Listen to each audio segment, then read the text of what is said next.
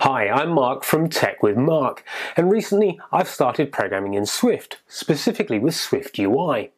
If you've got any programming background, or you're just generally interested in writing applications for the iPhone, iPad, the Mac OS, even the Watch OS, then I'm going to take you through the basics of Swift, so that I can show you how easy application writing can be. Now is the perfect time to get into this. With all of us working from home, you've got time to do some training, and also iOS 14 is just around the corner, and with it is coming Swift UI 2, which makes application development even simpler. So let's get started on our Swift journey.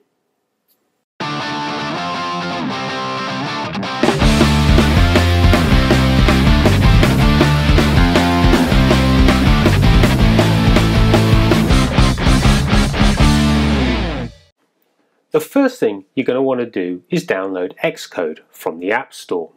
It's free and you don't need to pay for any developer's license or anything like that unless you decide at some point later to actually want to see your code running on an iPhone or iPad. So let's not worry about that now. As you can see, I've already downloaded it. It does take a while, it's quite big. But once you've downloaded, you can open Xcode. I'll just get rid of this App Store. You'll be presented with this screen. Here you can see the version of Xcode that you're running. Over here you'll see any projects or any previous playgrounds you've worked on. Chances are this is going to be blank for you. For the moment, we're just going to start with the playground. The playground is a nice little area where we can just focus on a few things to master with the concepts of the Swift language without being overwhelmed with an entire project, which is what you'll do when you're creating a running application. So for the moment, we'll just click the Get Started with Playground button.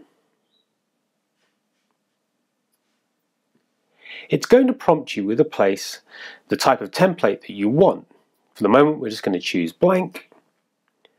And it'll ask you where you'd like to save this, so that you can save your work for the future when it opens this screen. So I'll just call it My Playground. I've already got one, that's okay, I'll just replace it. And you'll be presented with the playground. I'm going to delete that because I want to start with a clean screen. So let's start with variables. What is a variable? Well, variables are used to store information to be referenced and manipulated within a computer program. They also provide a way of labeling data with a descriptive name so that our programs can be understood more clearly by another reader and also ourselves. You'd be amazed how often you come back to a code you wrote a while back and you don't remember what it was for. It's helpful to think of variables as containers that hold information. Their sole purpose is to label and store data in memory, and this data can then be used throughout the program. Now, before I get that, you may end up with this prompt on your screen with Xcode the first time you use it. In order to actually show you any information that Xcode is processing, you need to actually approve it. So I'll just type in my password for Xcode and we're back using this again. So make sure you approve that. There are two ways to declare or create a variable in Swift, with the let keyword or with the var keyword.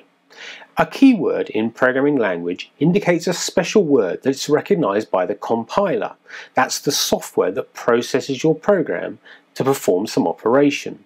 So, for example, we can create a variable called let my variable equals 123, and I can also create a variable 2 equals 456. So you may be asking, why are there two ways to create variables? Well, it entirely depends on what you're using your variable for. If the variable will ever change, then you need to use the var keyword. This lets Swift know that you intend for this value to change over time. The let keyword, on the other hand, describes a constant variable, something that will not change. If you attempt to update a constant variable, then Swift will give you an error, like this.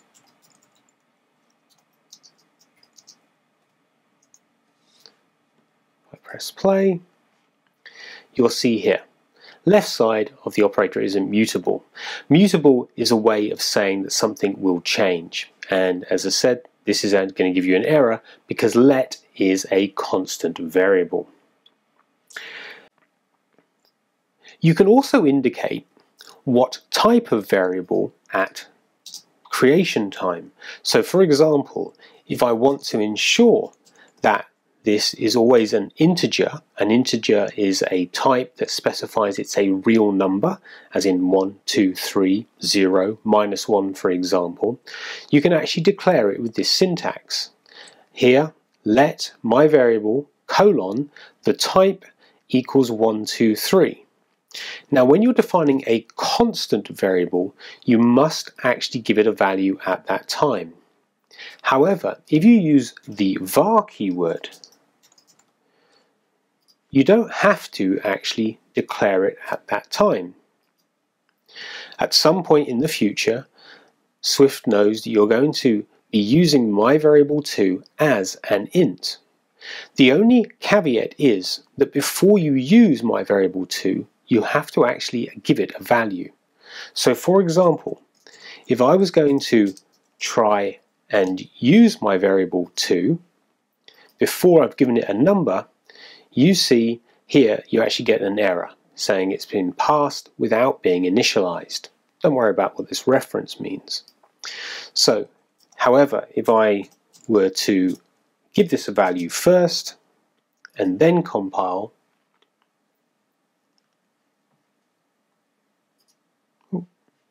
you see here we've given the myVariable2 a value of 1, we've then added a number to it, and we get 2. Plus equals is a special type of keyword called an operator, and we'll cover operators at a much later date.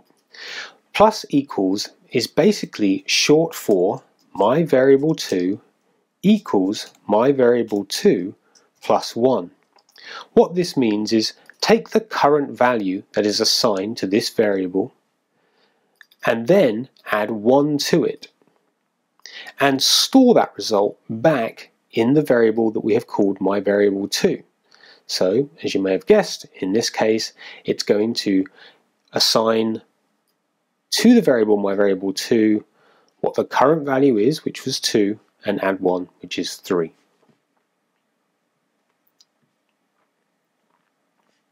If you've ever coded before, you might notice that I'm not putting semicolons after the lines. Semicolons in other programming languages are clues to the compiler that you have finished your line of execution. However, in Swift, they are totally optional. I'm slightly old school, so occasionally I put them in solely out of habit. Swift doesn't mind if they're there, and Swift doesn't mind if they are not. So, have a little play with creating some variables of your own, either using the let keyword or the var keyword, and just get used to using the playground and how it works. If you're enjoying this, please hit the subscribe button below, and in the next video we're going to talk about types. In the meantime, as always, please stay safe.